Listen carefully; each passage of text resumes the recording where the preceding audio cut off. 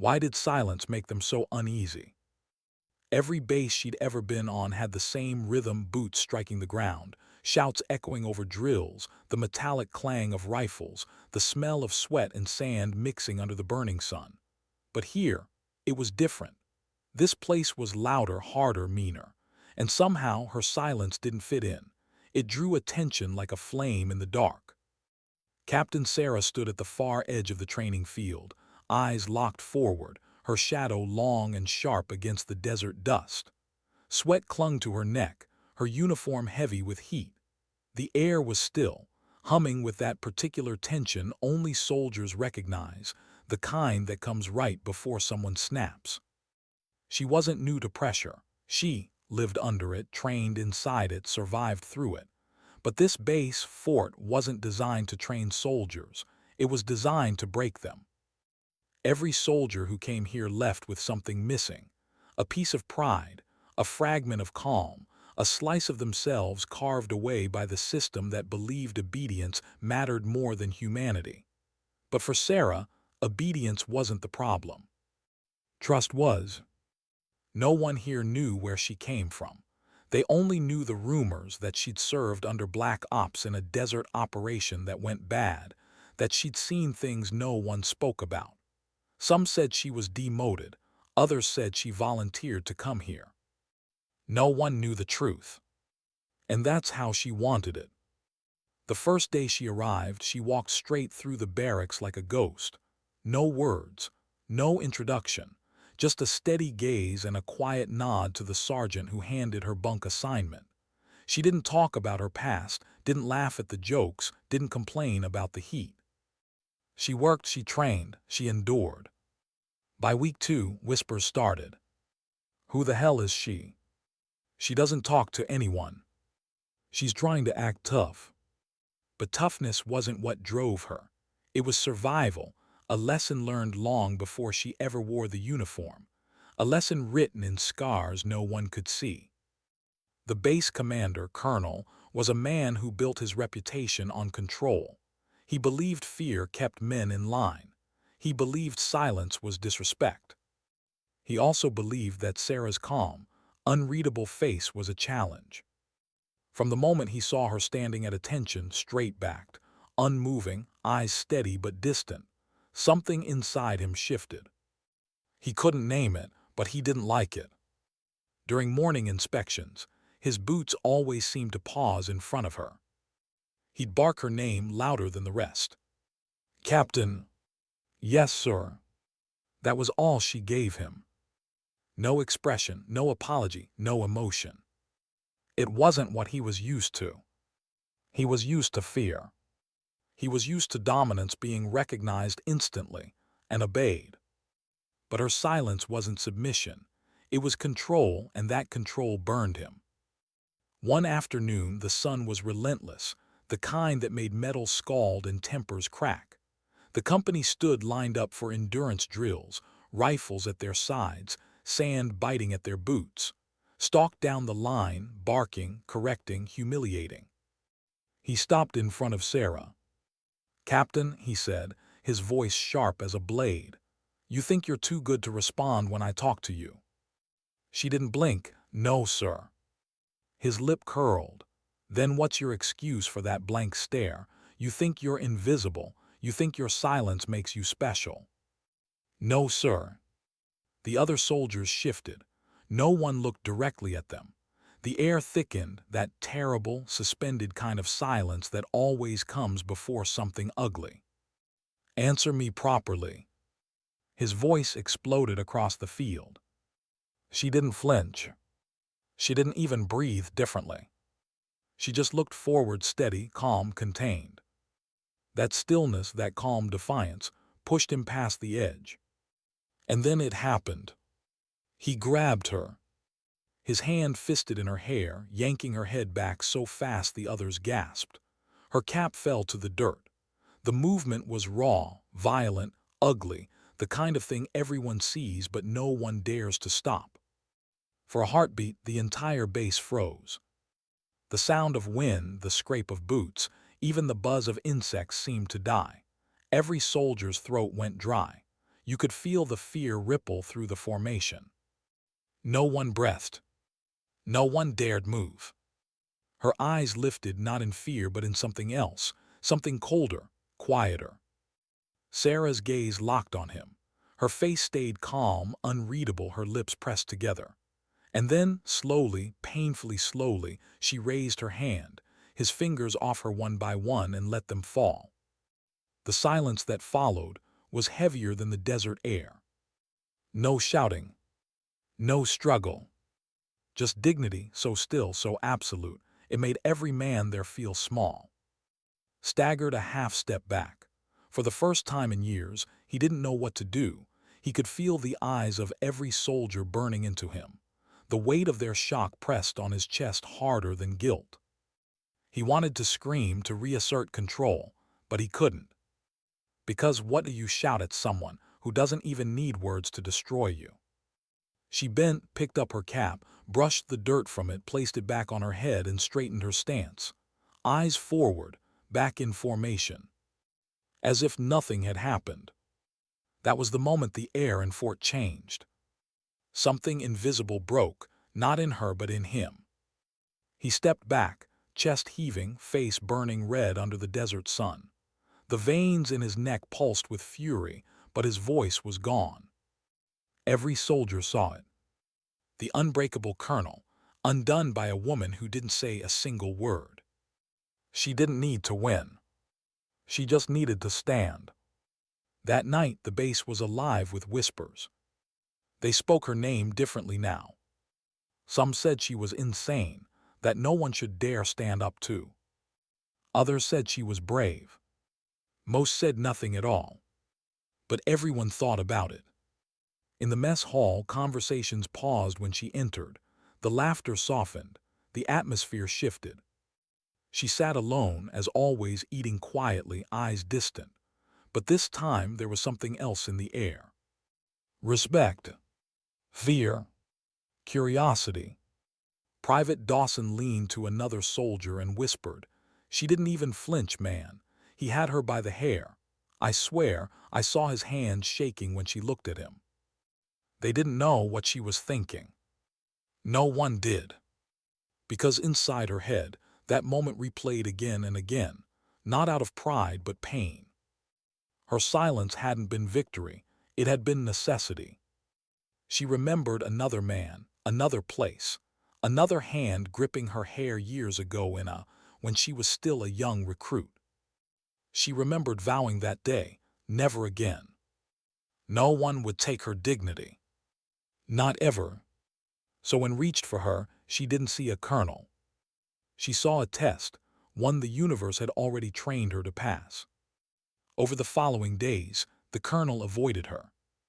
His inspections became shorter, his temper more unpredictable with others but not with her. He didn't call her name anymore, didn't meet her eyes. He told himself it was strategy, to keep the peace, to maintain discipline. But deep down he knew. He was afraid. Because every time he thought of her, he remembered his hand, the way she peeled it away, finger by finger, like his strength meant nothing. That kind of quiet humiliation doesn't fade, it festers. Sarah noticed the change but said nothing. She never did. She continued to train harder than anyone else, waking before dawn, running miles through the dunes before the sun even rose. Sometimes she would stop at the ridge overlooking the base, the horizon painted gold, and close her eyes. The silence out there was different, peaceful. The kind that didn't demand anything from her. But back at base, she could feel the weight of eyes, some admiring, some judging, some resentful. She didn't care. Respect built on gossip was fragile. She wanted something deeper, something earned. One night, as she cleaned her weapon under the dim barracks light, a younger soldier approached. "Captain," he asked quietly. "Ma'am, I just wanted to say what you did out there that took guts." She didn't look up. "It wasn't guts," she said softly. "It was choice." He frowned. "Choice." "To stay silent," she said, sliding the magazine into place. "To act, not react. That's harder than it looks." He nodded slowly, unsure what she meant, but somehow he understood. Because there was something in her tone, something in that stillness that made you believe she'd survived storms much worse than this. Out beyond the wire, a new mission was brewing, one that would test them all. But no one knew it yet. The base carried on, pretending everything was the same. The drills, the orders, the shouting. But underneath it all, the balance had shifted. And though no one dared to say it out loud, they all knew. The day the colonel grabbed her hair was the day something inside the base changed forever. Because power isn't always loud. Sometimes it's quiet. Sometimes it stands still and makes the world bow. What happens to power when fear stops working? Colonel didn't sleep much anymore. The nights were filled with restless packing, boots clicking across his quarters, sweat damp on his collar, the sound of a woman's calm voice echoing in his head. It wasn't guts, it was choice. He hadn't even been there when she said it. Someone told him later, in confidence. But somehow, those words reached him like a bullet meant for his pride. He'd spent his whole life demanding control, carving discipline into others until they obeyed out of reflex. But since that afternoon on the training ground, every time he barked an order, he saw her eyes. Unshaken, unafraid. The memory wouldn't fade. The men were changing too. He could feel it in the way they moved, the way they spoke her name quietly, the way their laughter cut short when he walked by. They respected her now, maybe even feared her a little. And that terrified him. He told himself it was ridiculous. She was just one soldier, disciplined, yes, but replaceable. Still, when her boots echoed through the hallway, the sound seemed to drain the noise from every other step. Silence followed her like shadow. He hated it, because he couldn't command it. Sarah, on the other hand, noticed the change and felt nothing about it. She wasn't proud, wasn't vindicated. She lived long enough to know that respect born from spectacle fades fast. She didn't want to be a symbol. She wanted peace. But peace wasn't a word that belonged on bases like Fort. The air carried too much bitterness, too much history. You could taste the metal in it, the residue of every shouted order and every broken man who tried to prove himself. She ran further each morning now, past the dry riverbed that carved the desert like an old scar. Out there she could think, or maybe not think at all, which was the same thing sometimes. She remembered faces, her old unit, her friends, the ones who never came back, the ones she had to leave behind. Silence wasn't her armor by choice. It was her only way to stay alive. When she came back to base at sunrise, her boots were caked in dust, her uniform drenched with effort. Some soldiers saluted her now, awkward, hesitant, as if unsure whether to show respect or keep their distance. She never reacted, just nodded quietly. But deep inside, a part of her, the part that used to believe in teams, in brotherhood, flickered again. Barely, like a dying match. One evening, the air crackled with news. The sirens wailed across the compound, not in alarm but in announcement. A convoy had been ambushed 2 sectors east, 3 casualties, 2 missing. It wasn't their base's mission zone, but command had sent word. Prepare for deployment. The whole base buzzed like a hornet's nest. Guns were cleaned, rations packed, maps rolled out across briefing tables. Sarah sat quietly near the back of the room as outlined the operation, his tone clipped, deliberate, his confidence forced. We'll move in 2 teams. Alpha will secure the route along Sector 7, A Bravo will push further into the canyon and recover the missing unit. Minimal contact expected. He looked around the room, eyes sharp but tired. When they met hers, he paused, just long enough for everyone to feel it. "Captain," he said, "you'll take Bravo." There was a moment of silence, a hesitation. Normally, he'd never assign her to lead anything again, not after what happened. But there it was. His voice cracked just slightly when he said her name. "Yes, sir," she replied, calm as always. He nodded once, but his jaw tightened. He wanted to reassert control, to remind her who was in charge, but saying more would have made it worse. So he turned back to the map. Inside, though, something twisted. He didn't know why he chose her. Maybe it was pride, maybe it was guilt. Maybe he wanted her to fail. That night the desert wind carried grit through the barracks. The men prepared in silence, checking gear under the dim red lights.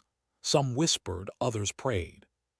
Sarah sat on the edge of her bunk, tying her boots, movement slow and deliberate. Across from her, Sergeant Cole, a grizzled veteran with scars older than half the recruits, watched her carefully. "You ever wonder why he put you in charge?" he asked. She didn't look up. "No." "You should," he said. "That man doesn't make moves without a reason. Might want to be ready for more than the mission." She tightened her laces and stood. "Always am." Cole grunted, half a smile twitching on his lips. "Yeah, I figured." He didn't press further. Everyone knew better than to dig into Sarah's past. But later that night, as the lights dimmed and the base settled into uneasy quiet, he heard her whisper something barely audible. It wasn't a prayer. It was a name. Someone long gone. The next morning, the desert swallowed them whole. The convoy rolled out in a storm of dust, 6 Humvees cutting through the dunes, engines growling low. The sun hadn't fully risen, and the sky burned orange and red like the edge of a forge. Sarah sat in the passenger seat of the lead vehicle, eyes scanning the horizon. She could feel the tension in the air, the nervous breathing, the quick glances, the silence between each radio check. It wasn't fear of the mission. It was fear of the unknown, of whatever waited out there beyond the ridge, unseen and silent. They reached Sector 7A by noon. The heat shimmered like smoke. Tracks from the ambushed convoy were still visible, twisted metal, burned tires, scattered casings. "Looks recent," Cole muttered. Sarah nodded. "Too recent." She stepped out, boots crunching over the sand. The air smelled of burnt fuel and something else, something she'd smelled too many times before. Blood. She knelt beside a cracked helmet lying half buried. The initials were still visible on the inside. She knew the name. One of theirs. Her throat tightened, but her face stayed still. "We move forward," she said. The team followed, weapons raised, eyes wide. Every shadow in the canyon felt alive. Back at base, watched their feed from the operations room, hands clasped behind his back. He couldn't admit it, but part of him wanted her to succeed, just enough to remind himself he hadn't destroyed something valuable. But another part, the darker, quieter one, wanted her to stumble, to prove that silence couldn't save her forever. He hated himself for even thinking it. The radio crackled. Bravo advancing into the canyon. "No contact yet," Sarah's voice came through, calm, professional, grounded. Her tone steadied everyone listening, even. He leaned forward slightly. For a moment, he saw what his ego had blinded him to all along. She wasn't trying to undermine him. She was just doing what soldiers were supposed to do, their duty, without fear, without noise, without theatrics. It made him feel smaller. Down in the canyon, the world narrowed. The walls rose high on either side, turning sunlight into strips of gold and shadow. Every footstep echoed too loudly. Cole raised his fist. The column froze. Sarah scanned the ridge, a flicker of movement, a flash of glass. "Sniper," she whispered. Before anyone could react, the first shot cracked through the silence. A puff of sand exploded inches from her boot. "Cover, get down," she shouted. Chaos erupted, gunfire bouncing between canyon walls, dust blinding the air. The team ducked behind rocks, returning fire blindly. Sarah's voice cut through the noise, steady, controlled. "Alpha, hold position. We're pinned, flanking East Ridge." She didn't wait for permission. She moved low, fast, precise. Her body remembered the rhythm of survival. Each step was deliberate, her breath slow despite the adrenaline screaming through her veins. She climbed the ridge under fire, the sound of bullets slicing past her ears, the taste of sand in her mouth. She didn't stop. When she reached the top, she spotted the shooter, a figure half hidden among rocks. One shot, controlled, clean. Silence followed. Below, her team regrouped, eyes wide. "Clear," she called down. Cole looked up at her, shaking his head with a smile that was half disbelief. "You're out of your damn mind, Captain." She just exhaled slowly. "We move."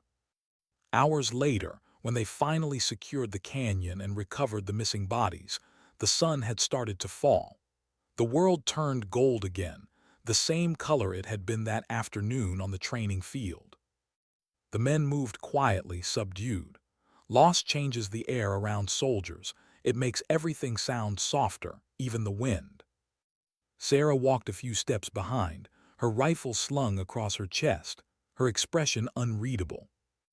Inside, though, she felt the old weight return, the one she carried from mission to mission. The sound of gunfire fades, but the silence that follows, that's what stays. Back at Fort, waited at the landing pad. The helicopters roared overhead, kicking dust into his face. When Sarah stepped out, he caught her eye. No salute, no words, just that same quiet acknowledgement that had once infuriated him, now it humbled him. He opened his mouth to speak, but she walked past him, carrying the folded flag of one of the fallen. He closed his mouth again. Because what could he possibly say to someone who spoke louder, without words, than he ever had with orders? That night, when the base fell silent and the stars burned over the desert, Sarah stood alone by the flagpole. The wind brushed against her face, lifting the stray strands of hair that had escaped her bun. She closed her eyes. For a moment she let herself remember the ambush, the faces, the hands she couldn't save. And then she whispered, almost too softly for the night to hear. "Not guts, not glory, just duty." Her voice disappeared into the wind. And somewhere in the command office, Colonel stared out the window, the echo of those words haunting him again. Because power breaks, but dignity endures. What changes a soldier more, the battles they fight, or the ones they remember? The desert was quiet again, too quiet. It had been 3 days since the mission, 3 long, heavy days where no one really spoke, but everyone felt the same weight pressing down on their chest. Fort was alive with movement, reports being written, gear being cleaned, helicopters landing and leaving, but it all felt mechanical, hollow. War has a rhythm. So does grief. Sarah moved through the base like she always did, steady, calm, detached, but people noticed the difference now. She didn't just walk through Fort, she anchored it. The soldiers watched her when she passed. They lowered their voices. They moved aside slightly, not out of fear but respect, the kind that's earned in fire. Even the rookies who hadn't seen the mission firsthand knew the story. Captain saved Bravo when the canyon went hot. She climbed the ridge alone. She pulled the bodies out herself. They spoke of her like a myth, quietly, reverently. But Sarah hated myths. Myths never tell the whole story. Because no one talked about the blood on her gloves, or how she sat in silence on the chopper back, staring at the flag-draped bodies while everyone else avoided her eyes. No one saw how her hands shook when she cleaned her weapon that night, or how she pressed her palms against her temples as if trying to hold something back. That something had a name. And it wasn't from this mission. Colonel read her report twice, then set it down carefully on his desk. The paper trembled slightly in his hand, but not from anger. He had no idea what he felt anymore. He tried to convince himself that the canyon operation was a test, that he had given her that assignment to evaluate her composure under fire. But now, looking at the cold precision of her words on paper, he realized the truth. He hadn't tested her. He'd tested himself. And he'd lost. The colonel leaned back, the chair creaking under his weight. The walls of his office were lined with medals, commendations, symbols of a career built on obedience and order. But staring at them now, they looked meaningless. Because for the first time in decades, he'd seen a kind of strength the system couldn't measure. He'd seen dignity, quiet, defiant, untouchable. He exhaled slowly, then reached for the intercom. "Captain, my office." When she entered, he expected her to hesitate, maybe to carry that same stiff air of silent judgment he'd felt since that day on the field. But she simply stood at attention, eyes forward, unflinching. "Sit," he said. She didn't. "Sir, I prefer to stand." He nodded once. "Suit yourself." There was a long pause, the kind that fills a room like fog. Then he said, "I read your report, clean, efficient, no embellishments." "Yes, sir." "You left out some details." Her eyes flickered, but her voice stayed even. "If the details don't change the outcome, sir, I don't include them." He studied her for a moment. "And the men, they see you differently now." "I wouldn't know, sir." "Don't play modest. You've earned their respect." "I didn't ask for it." He leaned forward. "No, you didn't, but you have it anyway." She didn't reply. He wanted to ask her something else, something that had been gnawing at him for days. Not about tactics or reports, but about her. What gave her that strength? What broke her before she learned to stand that still? But questions like that didn't belong in military files. So he swallowed them. "You're dismissed, Captain," he said. She turned to leave. Her hand was on the door when his voice stopped her. "Captain." She looked back. "Do you ever regret it, the silence?" Her answer was soft. "Every day, sir, but regret doesn't mean it's wrong." Then she walked out, leaving him alone with the sound of her boots fatting down the hall, a rhythm he would remember long after she was gone. That night the storm came. A desert storm, sudden, violent, beautiful.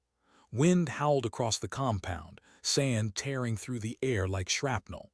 Tents flapped, windows rattled, and the sky bled orange with lightning. Sarah sat on her bunk, the glow of a small lamp cutting through the dark.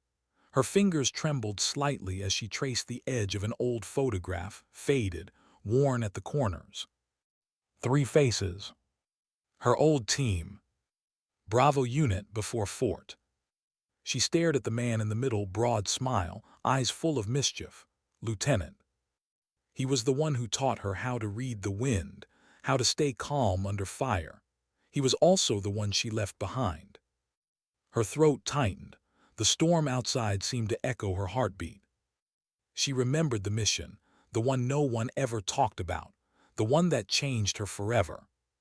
Black Ridge. They were ambushed deep in enemy territory, cut off, low on ammo. Command had promised extraction that never came. Was hit badly. She tried to drag him out, screaming for help over the radio. Static answered her.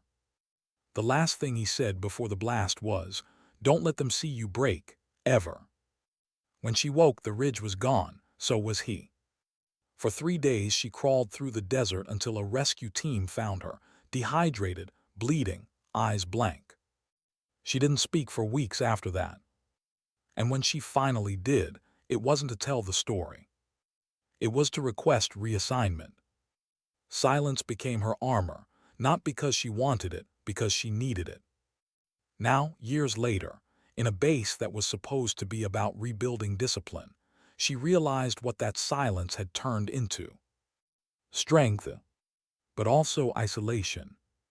She folded the photograph, tucked it back into her journal, and whispered, "I didn't forget, I just stopped talking." The storm raged outside, but inside the barracks the air was still, heavy with ghosts only she could see. By morning the world looked washed clean. The sand had settled, the sun returned, and with it came new orders. Recon mission, outer perimeter, routine sweep. Sarah and her squad moved out after breakfast, their vehicles cutting through the sand still damp from the night's rain. The air smelled different, cooler, almost gentle. For the first time in weeks, Sarah felt something close to calm. Sergeant Cole sat beside her, adjusting his rifle. Storm knocked out half our comms. Feels like we're chasing ghosts. She gave a faint smile. We usually are. He chuckled under his breath. You ever get tired of it, all this? She looked out over the horizon. The desert stretched endlessly, golden waves under a merciless sky. I don't get tired, she said. I get used to it. He nodded slowly. Guess that's the difference between you and the rest of us. She glanced at him. No, that's the problem. I got used to too much. Before he could respond, the radio crackled. Static, then a voice. Command to Bravo Recon. You're entering restricted grid. Adjust heading. Sarah frowned. We didn't deviate. Cole checked the GPS. The signal flickered, jumping coordinates. Ma'am, this doesn't make sense. Signal interference, she muttered. Stay sharp. But a strange unease crept into her chest. Something about the static, the tone, the distortion, reminded her of that day at Black Ridge. The day everything fell apart. She shook it off and leaned out the window, scanning the horizon. Nothing. Just wind, dust, and the faint shimmer of heat. Yet somewhere out there she could feel it, the same silence before a storm. Back at Fort, stood in the control room, watching their convoy dots blink across the monitor. A storm warning flashed again, another front moving in fast. Should we recall them, sir? His aide asked. Hesitated. Not yet, let them finish the sweep. He didn't know why he hesitated. Maybe pride again, maybe the need to trust her, maybe both. But as he watched those small lights move across the digital map, he realized something terrifying. He trusted her more than he trusted himself.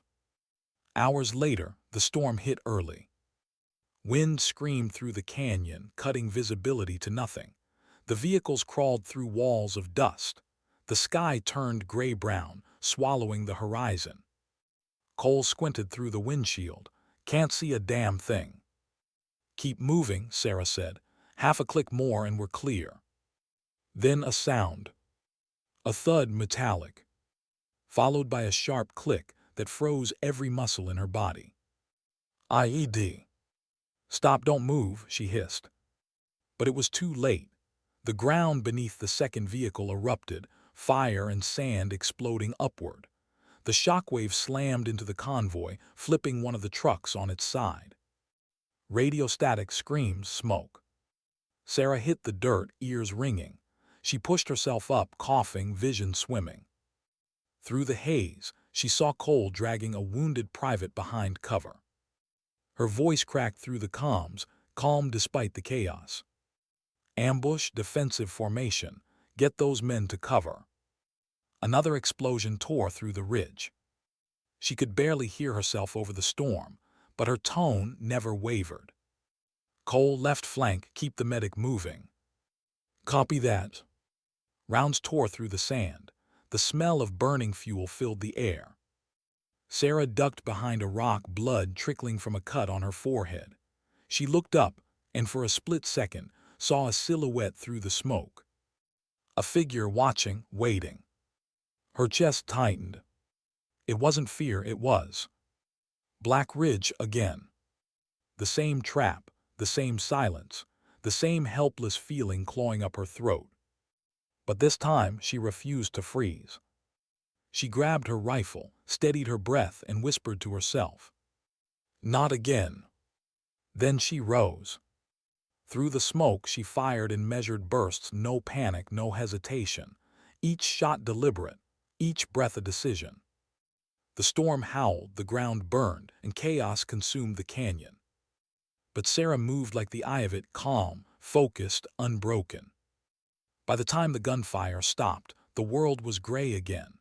The wind carried away the smoke, revealing the wreckage. 3 wounded, no fatalities, not this time. Sarah stood among the debris, chest heaving, uniform scorched. She didn't speak. She didn't need to. The men looked at her, covered in soot, eyes burning steady. They didn't see just a soldier. They saw something else. Someone who refused to break, not even when the past came roaring back in flames. That night, as the rescue chopper carried them home, the silence inside the cabin was thick. Cole sat across from her, bandaged arm resting on his lap. "You okay, Captain?" She looked at him, then out the window at the dark desert below. "I'm still here," she said. He smiled faintly. "Guess that's enough." She didn't answer, but deep inside something shifted, a quiet realization. Survival wasn't enough anymore. Something else was coming. And this time, silence might not save her. What do you say to ghosts that wear your uniform? The medevac touched down just before dawn. The horizon was pale and cold, the kind of desert morning that fools you into thinking the world is calm again. But Fort wasn't calm, it was holding its breath. As the rotor slowed, soldiers ran toward the landing pad. Stretchers, medics, shouts cutting through the whir of blades. Sarah stepped out first, helmet in one hand, her other arm streaked with dried blood that wasn't all hers. Behind her, 2 wounded men were carried out. Cole followed, limping, jaw tight. The colonel was there, waiting. He looked older in the early light. The sharp edges of his command had softened overnight, though he didn't know it yet. When his eyes found Sarah, he froze. For a moment, he wasn't a colonel. He was just a man looking at someone he couldn't command. "What happened out there?" he asked. Her voice was low, almost drowned by the wind. "We hit a trap. Someone knew our route." He frowned. "Insurgents." Maybe, she paused, or maybe not. There was something in her tone, something careful. He noticed, but before he could ask, she brushed past him and followed the medics to the triage tent. He watched her go. The sand swirled around his boots. For the first time in years, he realized how hollow his authority sounded when spoken into silence. The debriefing was brief, but not simple. The official story would read: convoy ambushed during recon, 3 wounded, 0 fatalities, enemy contact confirmed, mission compromised due to communications failure. It sounded clean on paper, but the truth was never clean. Sat behind the desk, eyes on the typed report. He could feel her presence across the room, still, quiet, unreadable.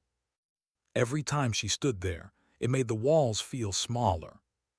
"You're saying the signal interference wasn't natural?" he asked. "Yes, sir," she replied. "The static wasn't random, someone jammed it." "You're implying a leak." "I'm implying what the facts suggest." He sighed, rubbing his temples. "Captain, we don't speculate on paper, not without proof." Her jaw tightened. "Permission to speak freely, sir." He looked up. "Granted." She took a slow breath. "If we keep calling what's happening out there random, more people are going to die." Her voice wasn't loud, but it carried. Controlled, convicted. And something in it struck him, the same thing that had back on that training field. She didn't sound afraid. He closed the file. "That'll be all, Captain." She saluted, turned to leave, then stopped. "Sir," she said softly, "it's not the enemy I'm worried about. It's the silence around them." Then she was gone. He sat there long after the door closed. The sentence hung in the air like smoke. It's the silence around them. By evening, the base had gone tense and restless. Rumors moved faster than radio signals. Some said insurgents had intel on their routes. Others said someone inside was leaking coordinates. The word traitor started showing up in whispers. Cole sat outside the barracks, smoking in the dying light. When Sarah walked by, he held out the cigarette. "You look like you could use one." She shook her head. "Quit years ago." He smirked. "Of course you did." She leaned against the wall beside him, arms folded. The air smelled of dust and diesel, the kind of smell that clings to every memory of service. "How's your arm?" she asked. "Hurts less than my pride," he said, chuckling. "Because you got hit." "No, because you got us out, again." She didn't smile. That's not how it works. He glanced at her, studying the lines of her face, the stillness that never cracked. You ever gonna tell anyone what really happened to you before you came here? She didn't answer. He took another drag, exhaling slow. Didn't think so.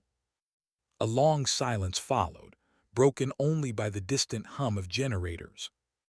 Then she said quietly, "You ever lose someone and think you heard them talking again?" He turned toward her, but she wasn't looking at him. Her eyes were on the horizon, on the last glow of the setting sun. "Yeah," he said, "all the time." She nodded once, more to herself than to him. "Then you know why I don't talk much. Words don't bring them back." Cole dropped the cigarette, crushing it under his boot. "No, but sometimes they keep you from joining them." Her eyes flicked toward him, just a glance. Then she walked away, boots echoing softly on the concrete. He watched her go, and for the first time, he realized silence wasn't her defense. It was her grief. Later that night, a knock came at her door. 3 short taps, precise, measured.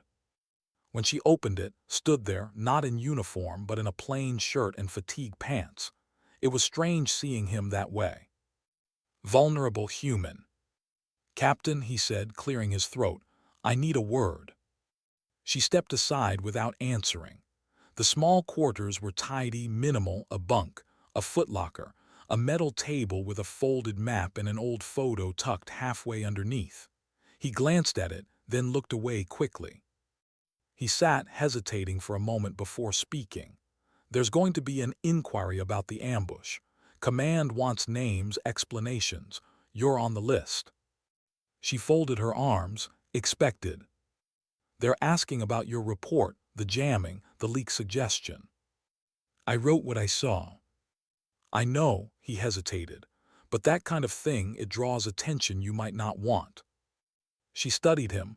"Are you warning me, sir?" "I'm trying to help you." Her voice softened, but her eyes didn't. "You've had plenty of chances to help me before." He flinched barely, but she saw it. Her words landed like a quiet punch. "I was wrong," he said finally. "About you, about a lot of things." She looked away. "Apologies don't rebuild trust." "I'm not asking for trust," he said. "I'm asking for truth." That made her pause. She leaned against the table, arms crossed, studying him. "You really want to know the truth, Colonel?" He nodded once.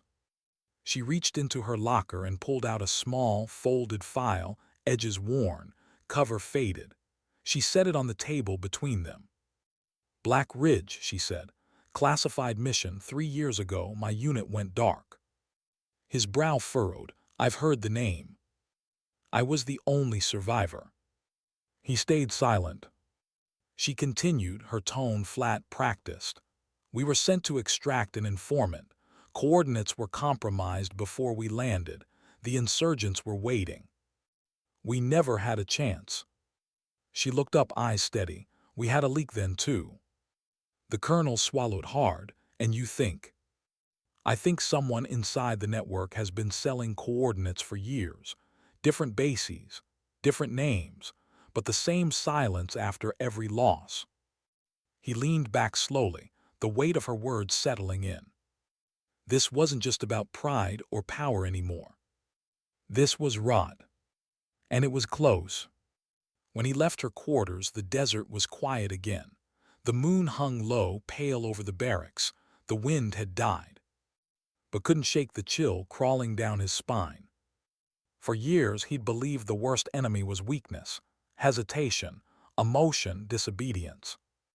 Now he realized the real enemy might be invisible, and inside his own walls. He stopped halfway across the courtyard and looked back. Her light was still on. Through the small window he could see her sitting at the table, head bowed, staring at something in her hands. He almost went back, but he didn't. Because he didn't know if he wanted answers or forgiveness. In the following days, the inquiry began. Officers came and went. Reports were rewritten. Questions were asked that everyone already knew the answers to. The storm from the ambush had passed, but something heavier settled in its place: suspicion. The men started watching each other differently. Friendships felt fragile. Conversations stopped when doors opened. And in the center of it all, silent, focused, unflinching, was Captain Sarah. They called her the ghost now. The one who survived what others didn't. The one who never raised her voice, but somehow made everyone listen anyway.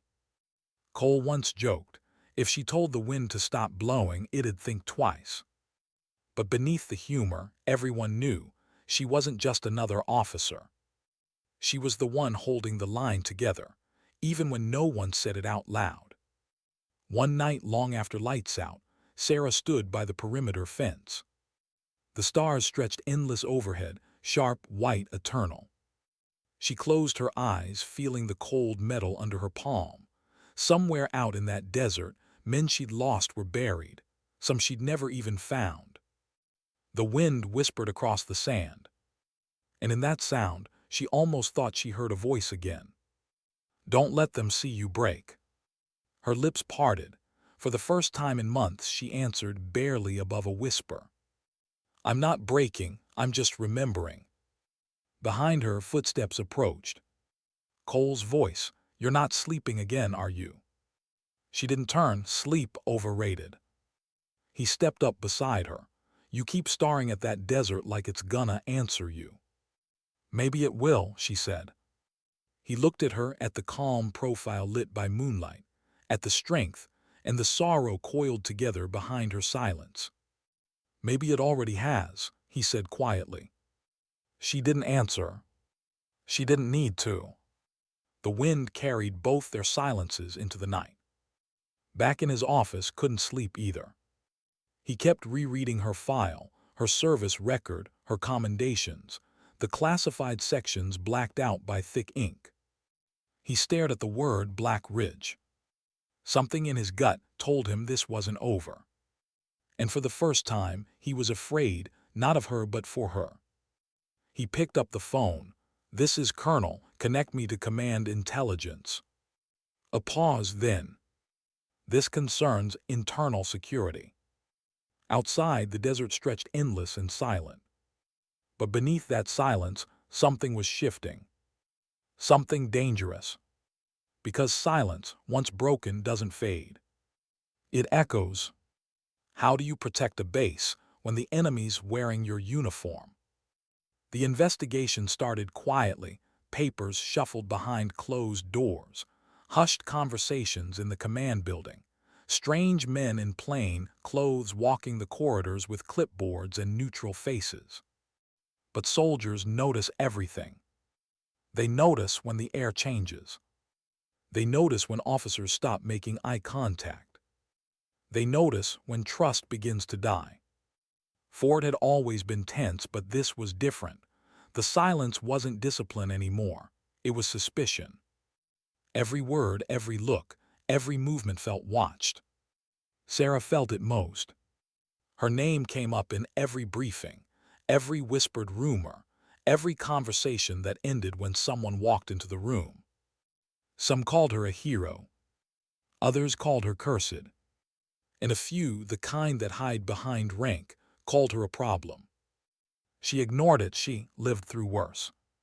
But she didn't ignore the colonel's eyes on her.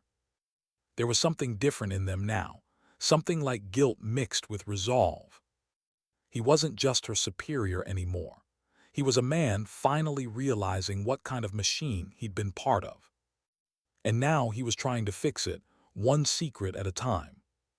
2 nights after the inquiry began, he called her to his office. No formal summons, no paperwork, just a single knock on her door and a quiet, "We need to talk."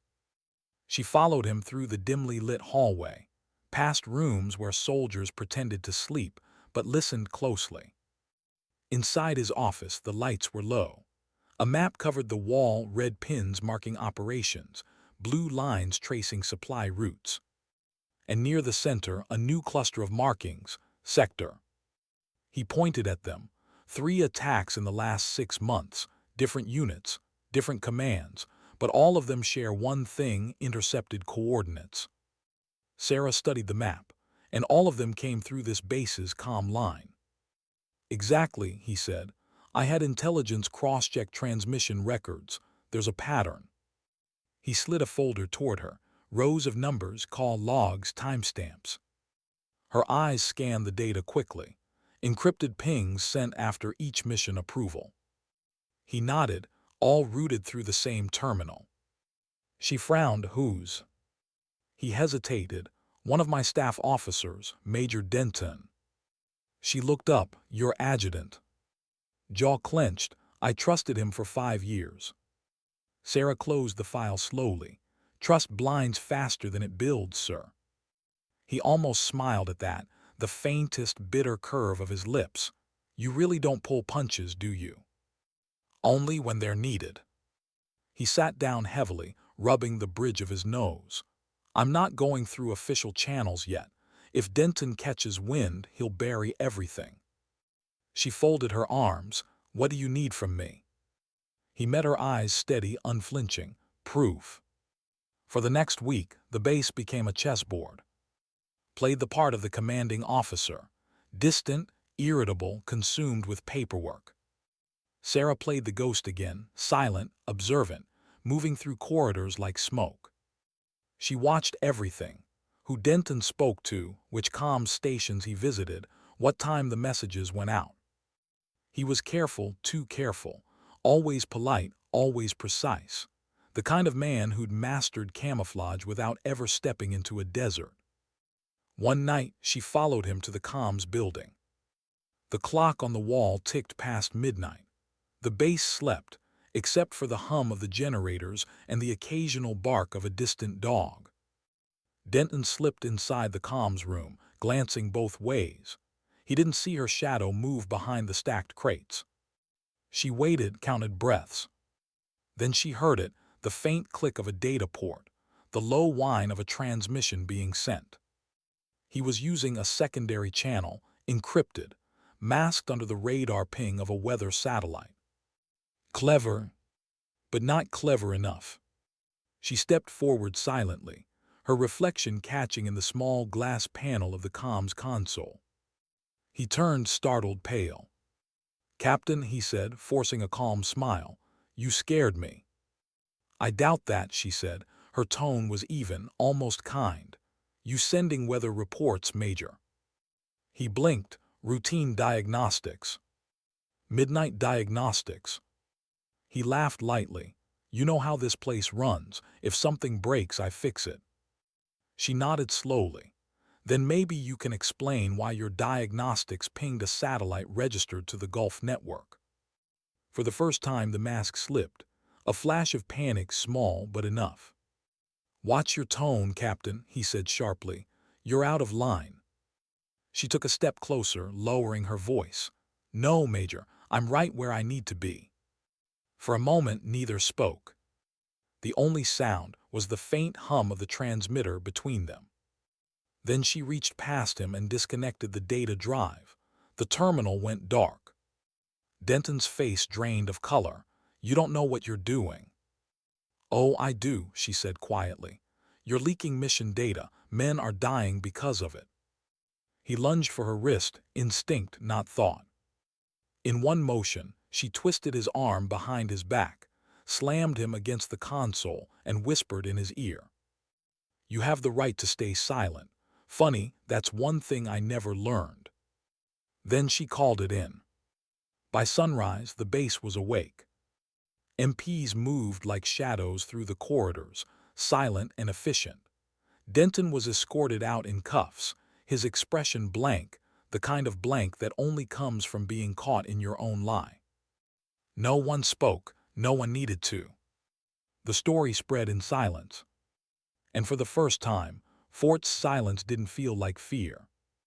It felt like truth being restored. Stood outside the comms building, the early sun casting long shadows. When Sarah approached, he didn't salute or speak. He just nodded once, a quiet acknowledgement between two soldiers who'd seen too much and said too little. Good work, he said finally. She studied him.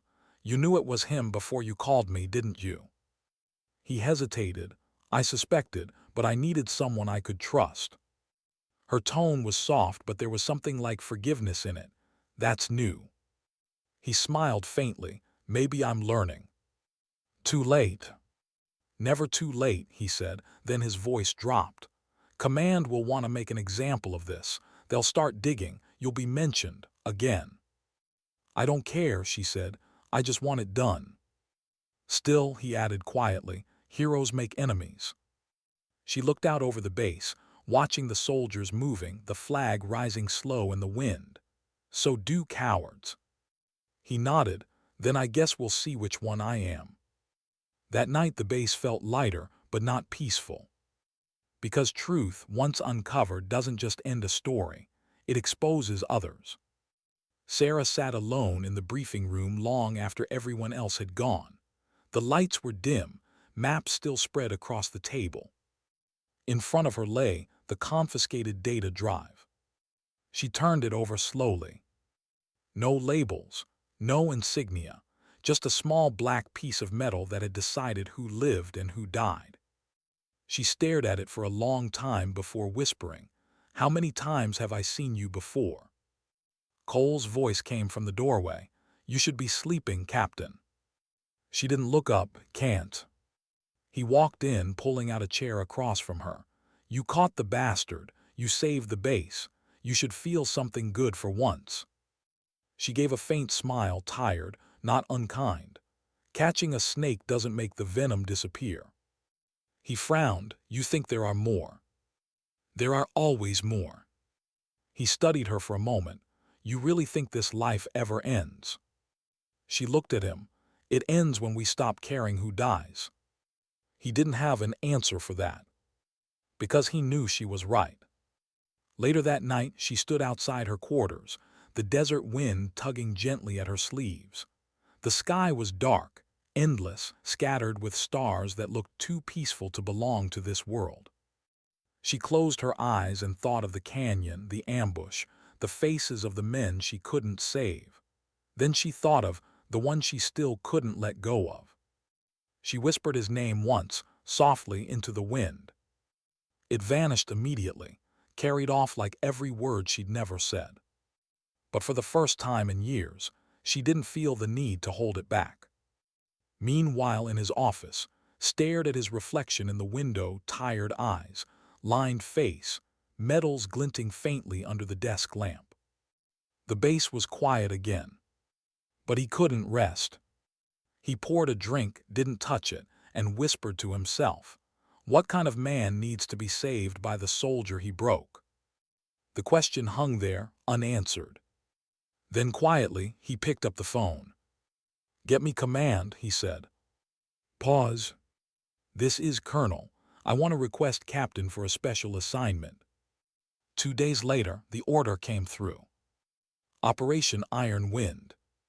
High risk, deep desert, minimal support. It was supposed to be a cleanup, clearing remnants of the cell Denton had been feeding. But Sarah knew better. Cleanups always left stains. She didn't argue when she received the order. She just nodded, packed her gear, checked her rifle. Cole tried to talk her out of it. "You've done enough, Captain. Let someone else take it." She shook her head. "If I don't finish it, someone else will die cleaning up the mess." He sighed. "You can't keep carrying all of it." She looked at him, steady, calm, unbreakable. "Then I'll carry it until I can't." And just like that, she was gone. The convoy left before dawn, the horizon still blue-black with the first trace of morning. Stood at the edge of the runway, watching the trucks disappear into the desert haze. He didn't say goodbye. She didn't look back. But something unspoken passed between them, a fragile thread of respect, guilt, and quiet understanding. He knew what she was walking into. And he knew what it would take for her to walk back out. Because sometimes redemption doesn't come with medals. Sometimes it rides alone into the desert, chasing ghosts that never left. By midday, the convoy was gone from radar. Static silence. Stared at the monitor, jaw tight. A single thought clawed through his chest. Not her, not again. He turned to the comms officer. Get me a fix on that signal. Sir, there's interference. Then burn through it. The officer hesitated. Sir, if we override encryption. Do it. Static cracked, the screen flickered. And then, faint through the noise, her voice. Repeat under fire, multiple hostiles, coordinates. The signal cut. Hand tightened into a fist. The ghosts were back. And this time he couldn't silence them. What does a soldier think about when the world goes silent? The explosion hit before the echo of their engines died. A flash of light, a thunderclap, sand clawing the sky, and then nothing but ringing. Sarah hit the ground hard. The impact knocked the breath from her lungs, the taste of grit filling her mouth. She blinked through the haze. Flames rolled off the lead truck. Figures scrambled, shouting over the roar. Cole, she called. No answer, only smoke. She forced herself upright, rifle clutched tight, ears still buzzing. Shapes moved in the distance, blurred at first, then sharp.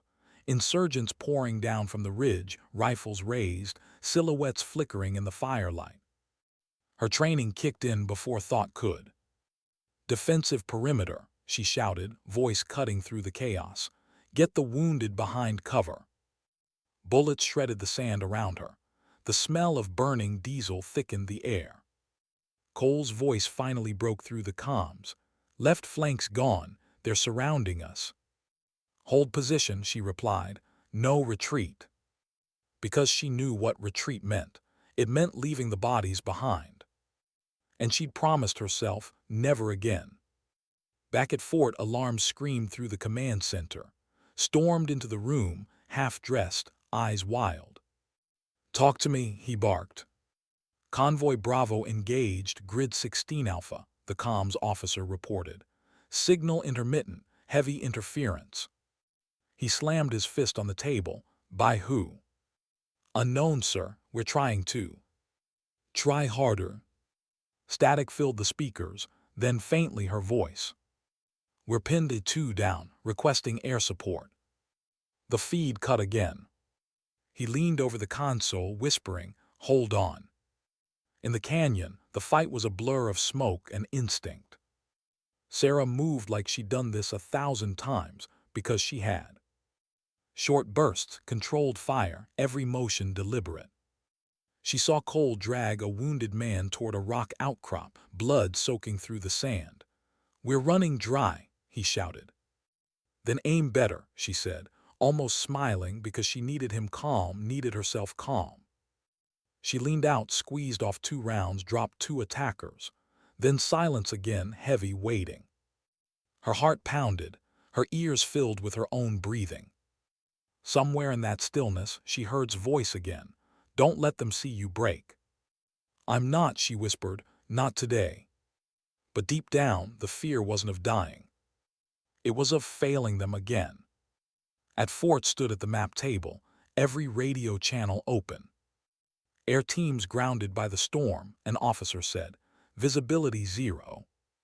I don't care if it's raining fire, growled. You get my birds in the air. The officer hesitated.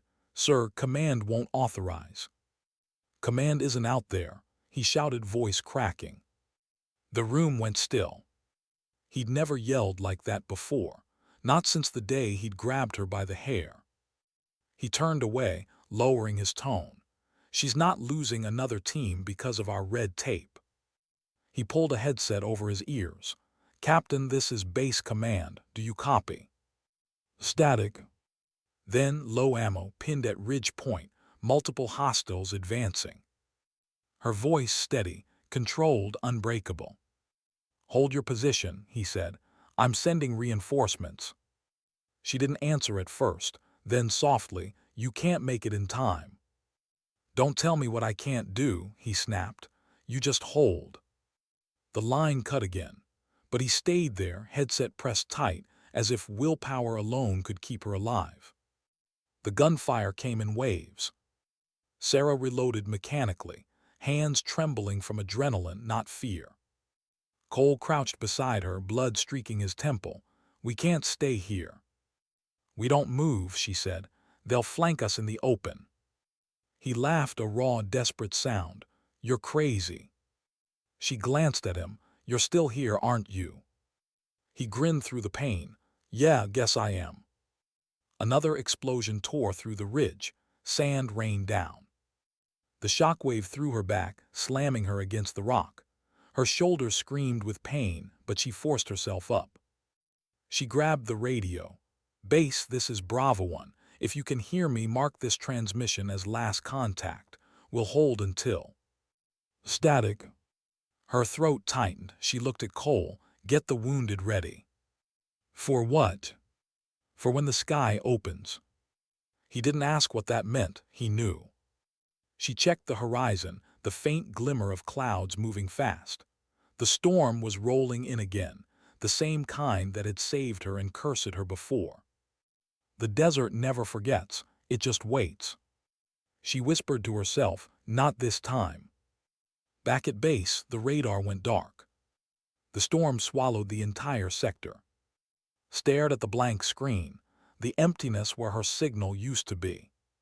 His aide whispered, "Sir, we've lost them." He didn't blink. "No, we haven't." He turned, grabbed his jacket. "Prep a recon bird." "Sir, regulations." "I'll sign the damn violation myself." The aide hesitated. "You're flying into a storm." Stopped at the door. His voice was calm, deadly quiet. "Then I guess I'll finally see what kind of storm I made." In the canyon, thunder rolled like artillery. Rain began to fall, heavy, hot, hissing against burning metal. The smell of ozone and blood mixed into something primal. Sarah looked up, eyes half closed, letting the rain hit her face. For a second it felt like forgiveness. Then another gunshot snapped the illusion. She dropped behind the rock again, heart hammering. Cole fired back, shouting something she couldn't hear. Lightning illuminated the ridge, and in that brief flash, she saw movement. 3 hostiles closing in from above. She took a deep breath, steadied her rifle, and whispered, "4." 3 shots, 3 bodies fell. Then silence again. Her rifle clicked empty. She exhaled, slow and shaking. "That's it." Cole threw her a spare mag. "Not yet, it is." But she didn't reload immediately. Her hands paused, eyes drifting over the carnage, the smoke, the fire reflecting off the wet sand. It looked too much like Black Ridge. And suddenly she was there again, crawling through the dust, blood on her hands, the sky burning above her. Her breathing quickened, her vision blurred. "Captain," Cole's voice cut through the haze, "stay with me." She blinked hard, forcing herself back. "I'm fine." He shook his head. "No one's fine out here." She looked at him, and for the first time since he'd met her, her voice broke. He said the same thing. "Who?" He nodded slowly. "The one you lost." She swallowed. "The one I left." Another flash of lightning, another rumble of thunder. Then over the storm, the distant thump of rotor blades. Cole's eyes widened. "Tell me that's who I think it is." She grabbed the radio, hope flickering like a spark. "Base command, this is Bravo 1. Identify aircraft." A familiar voice crackled through the static.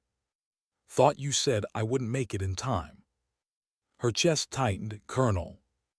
"Copy that, stay put, I see your smoke."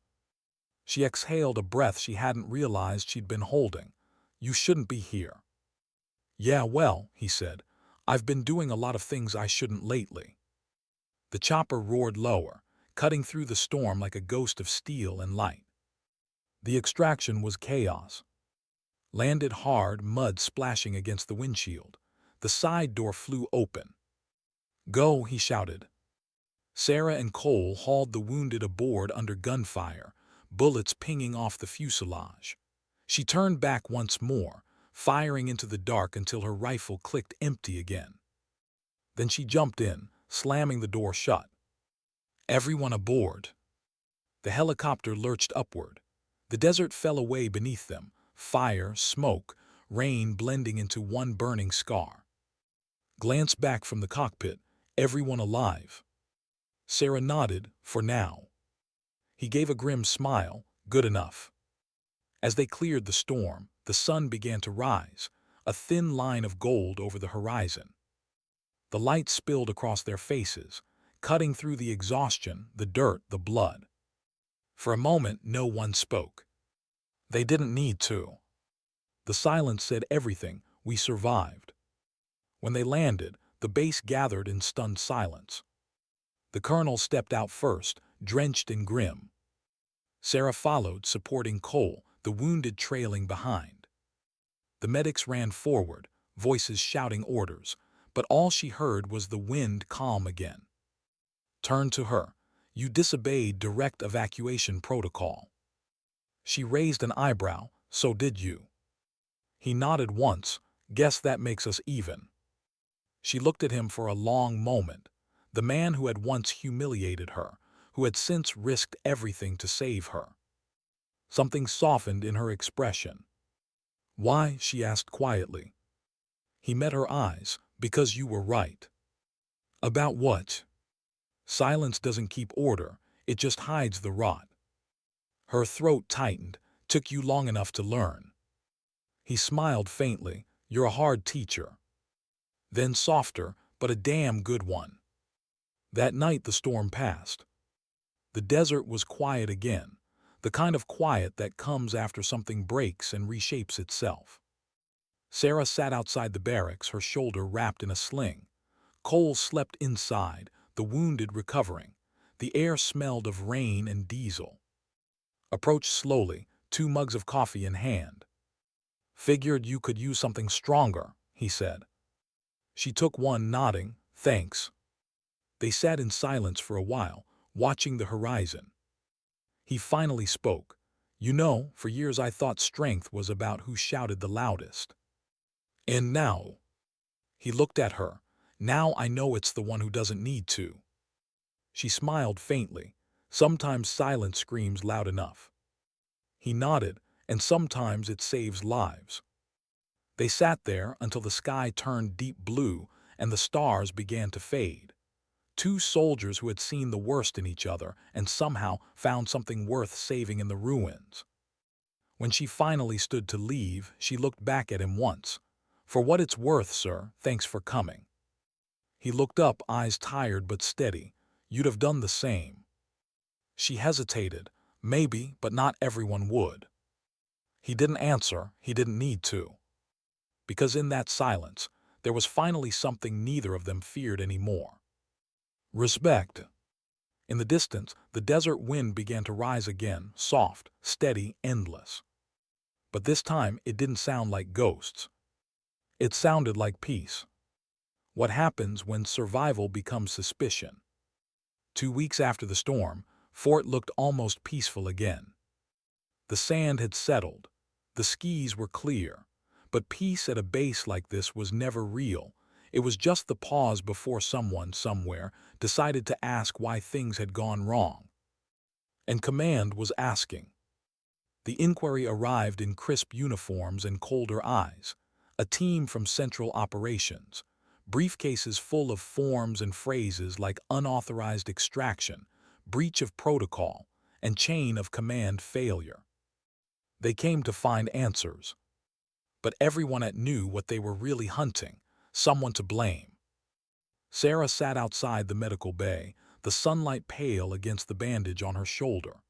The air smelled faintly of disinfectant and rain-dried dust. Inside, Cole was sleeping, the color slowly coming back to his face.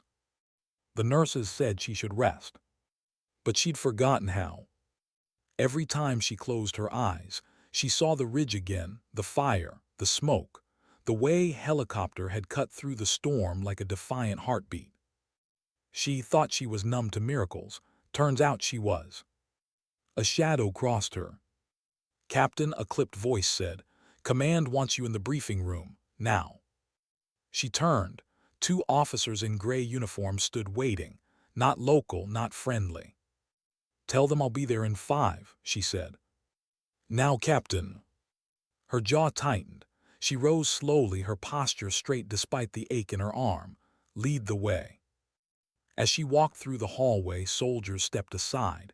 Some nodded, some looked away. Everyone knew the hearing wasn't about the mission's success. It was about what it had exposed. That truth had consequences. The briefing room was colder than the desert ever could be.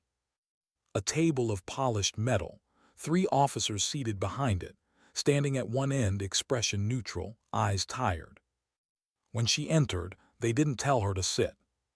"Captain," the senior investigator began, voice measured. "During Operation Iron Wind, you disregarded communication silence, refused evacuation orders, and engaged hostiles without authorization. Do you dispute this?" "No, sir." "Then perhaps you can explain why." She paused, "Because waiting for permission would gotten us all killed." A murmur passed between the officers. The senior leaned forward. "Your report also notes that Colonel personally flew into a live combat zone to extract your team. Was that coordinated with you?" She looked at, he didn't move. "No, sir," she said. "I didn't ask him to come." "Did you expect him to?" She hesitated. "No." "Then why do you think he did?" Her eyes stayed steady. "Because sometimes orders don't matter as much as people." The room went still. The senior officer's expression hardened. "Captain, you are aware that sentiment is not a defense under military code." "I'm aware, sir," she said quietly, "but it's the only thing that kept us alive." The investigator exhaled sharply. "Dismissed." She turned to leave, but the door opened before she reached it. Another officer stepped in, whispered something to the panel, then handed them a sealed envelope. The senior officer looked up. "Colonel, you'll remain. Captain, wait outside." She glanced at him once. His eyes met hers, calm, resigned. Then she stepped out. The hallway felt narrower than before. She leaned against the wall, listening to the muffled voices inside, the clipped tones of inquiry, the slow packing of someone defending more than themselves. 5 minutes passed. Then 10. Then the door opened. Came out pale but composed. He stopped in front of her. "They're recommending disciplinary review." "For you or for me?" "For both of us." She studied him.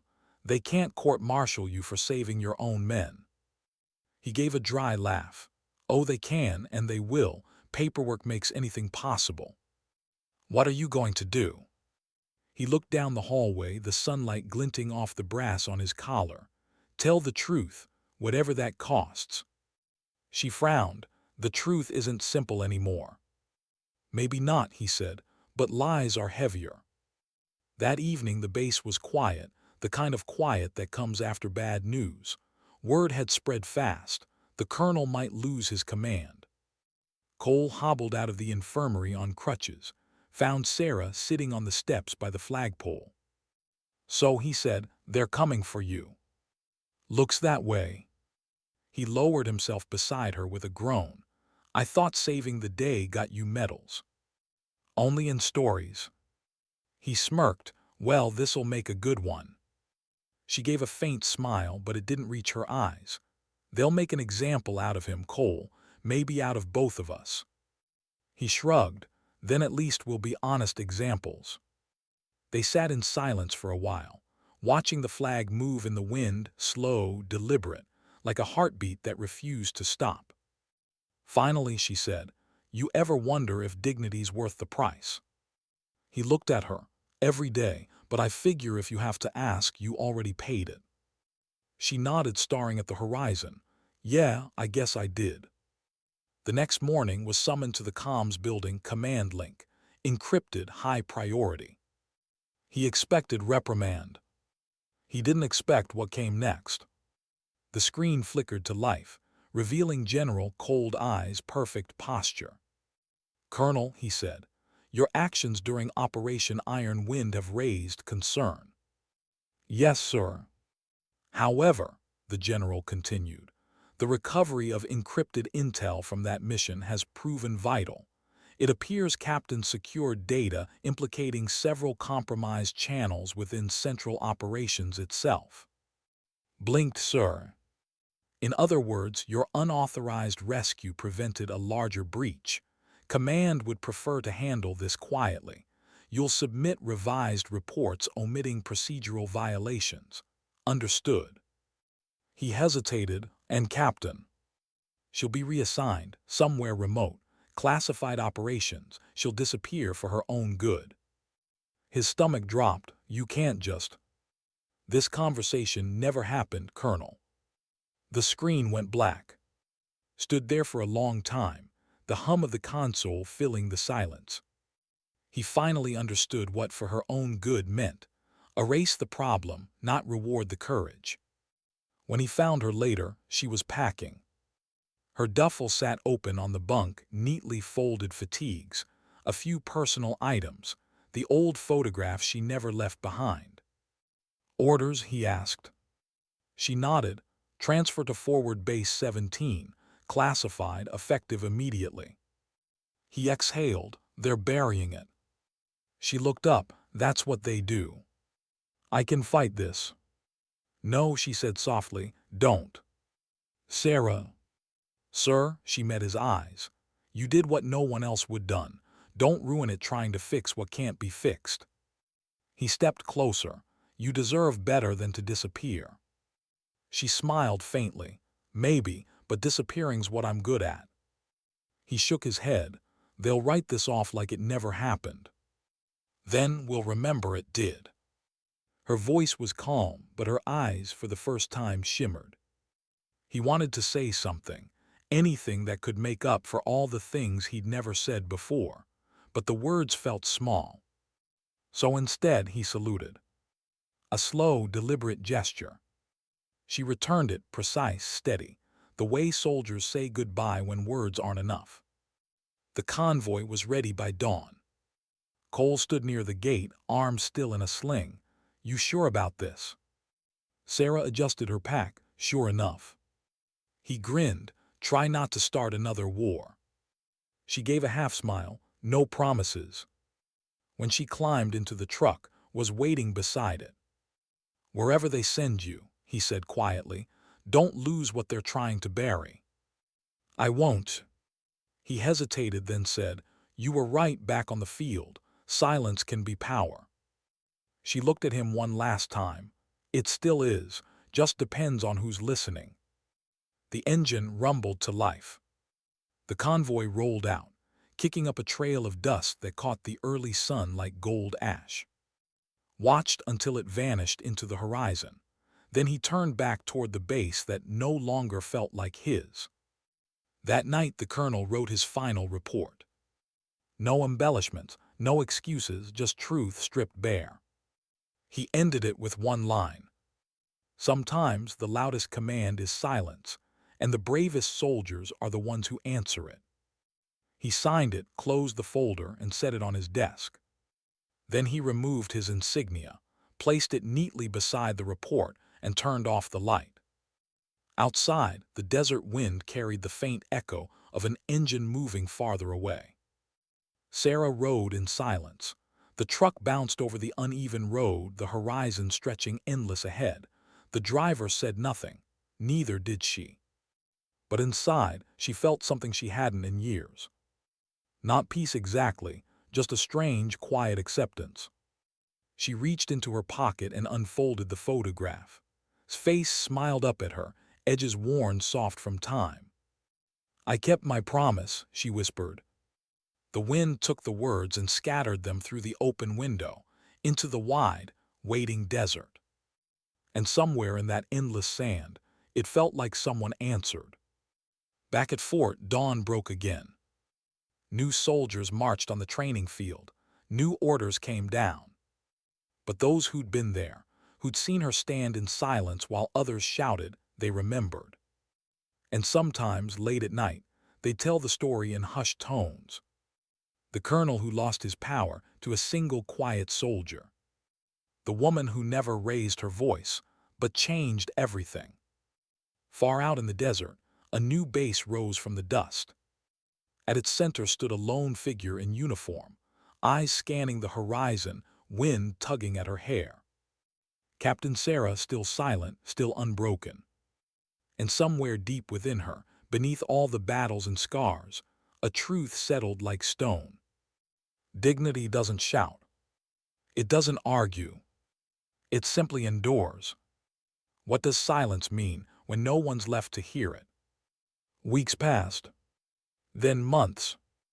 Out beyond the edges of every known map, Base 17 stood like an island of steel in a sea of sand, isolated, undersupplied, forgotten.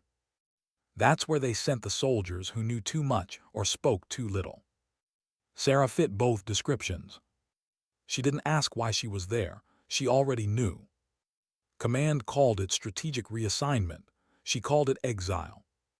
Still, she did what she always did, woke before dawn, ran until the world was quiet, worked harder than anyone else. The desert was familiar to her now. It was empty enough to listen to her thoughts, and harsh enough to drown them out when she didn't want to. Every night she cleaned her rifle, checked the perimeter, and watched the horizon fade into starlight. There was peace in repetition, but it wasn't healing, it was survival. The new commander of Base 17 was a man named Colonel, younger than, but harder in all the wrong ways. He didn't yell, he didn't need to. He had the kind of calm that made people uneasy, the kind that didn't blink when men broke down. He'd read her file before she arrived. Everyone did. The incident was legend now, a story twisted by distance and rumor. To some, she was the soldier who'd authority and lived. To others, the reason a respected colonel lost his post. Never said which version he believed. But Sarah could feel it in every word he didn't say. The first mission came 2 weeks later, a routine border patrol. It wasn't routine, nothing ever was. The desert had grown restless again. Whispers of raiders moving weapons through the old canyons, the same network Denton's leaks had once empowered. Briefed them with precision, his tone clinical. You'll escort a transport convoy north, stay in formation, no heroics.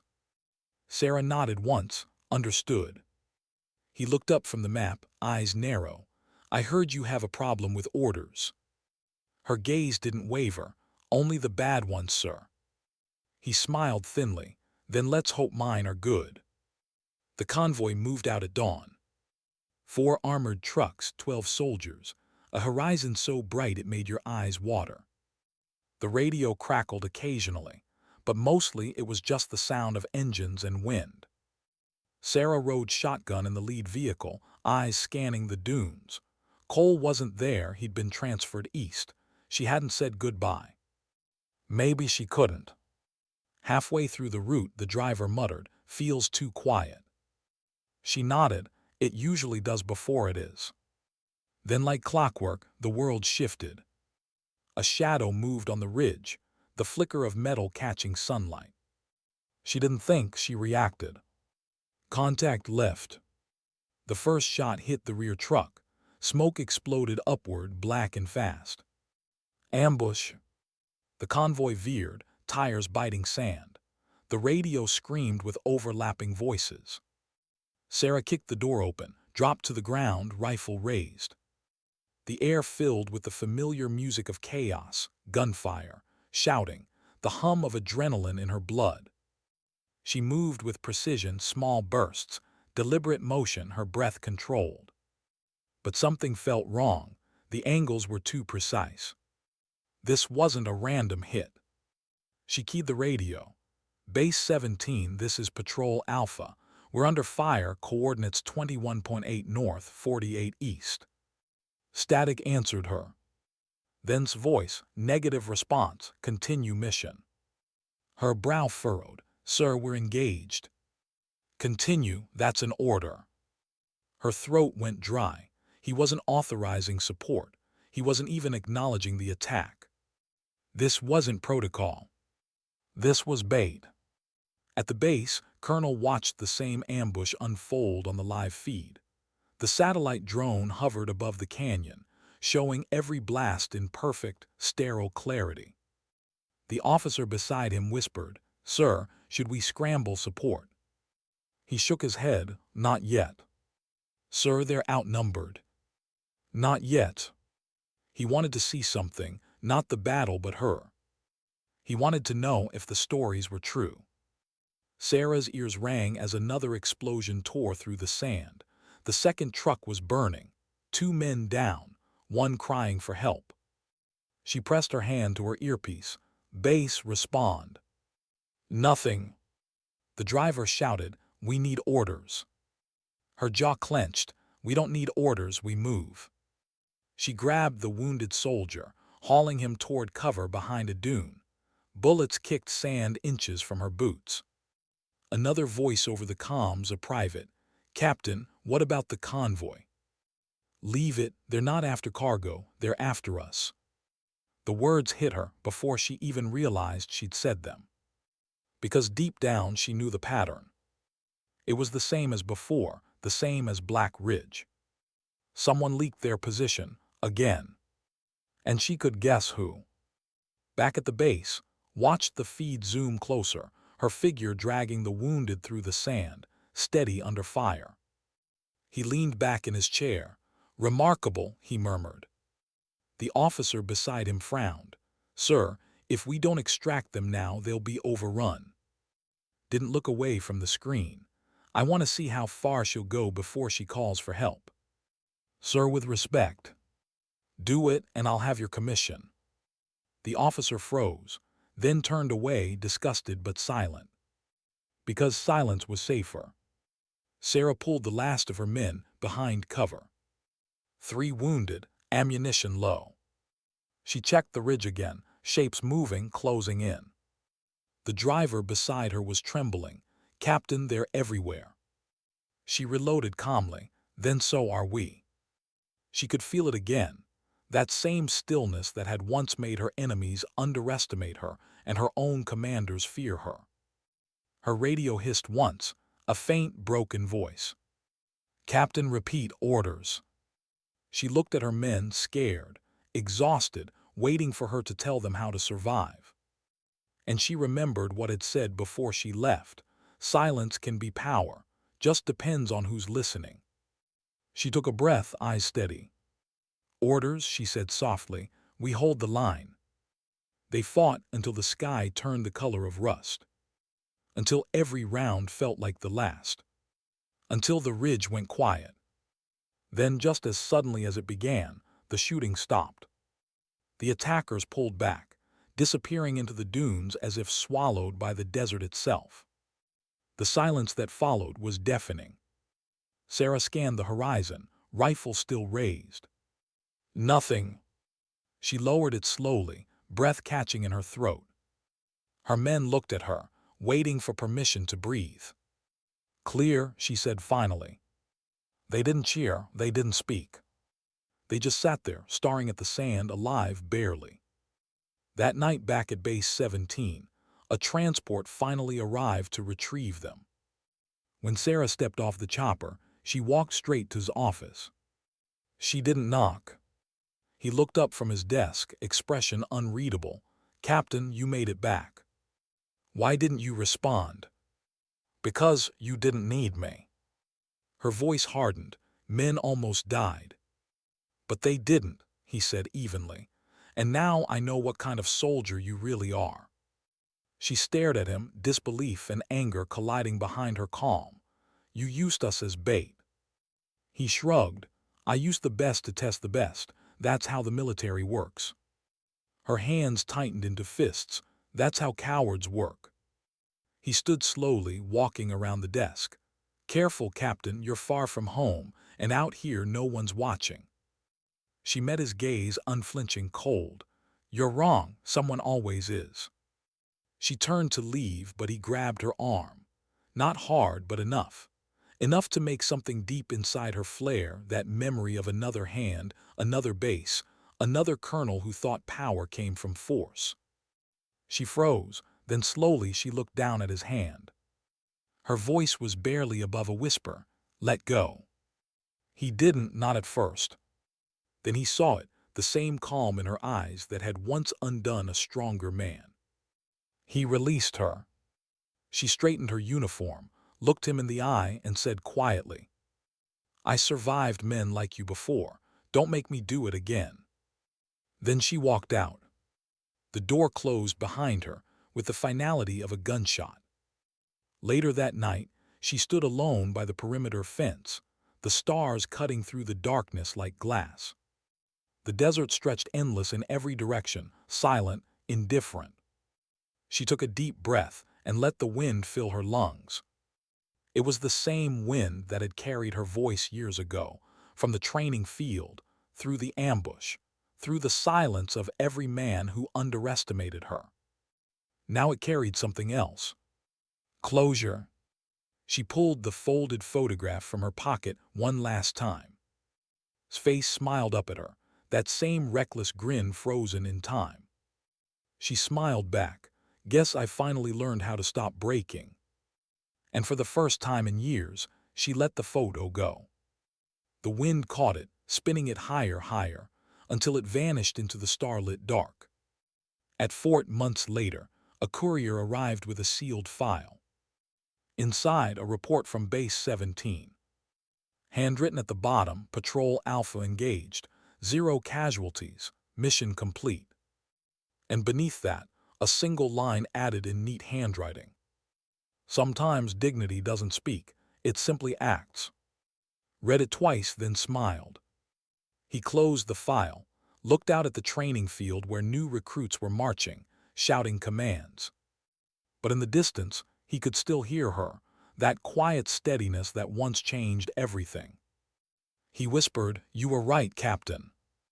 The wind carried the words away. Out in the desert, Captain Sarah watched the sunrise over the dunes, golden, endless, alive. She stood tall, her rifle slung at her shoulder, the horizon stretching before her like the rest of her life. Uncertain, beautiful, free. No music played. No words came. Only silence, the kind that didn't hide pain anymore but peace. Because for her, silence had never meant surrender. It had always meant strength. It had meant survival. And now, finally, it meant dignity. Sometimes dignity doesn't speak. It simply acts.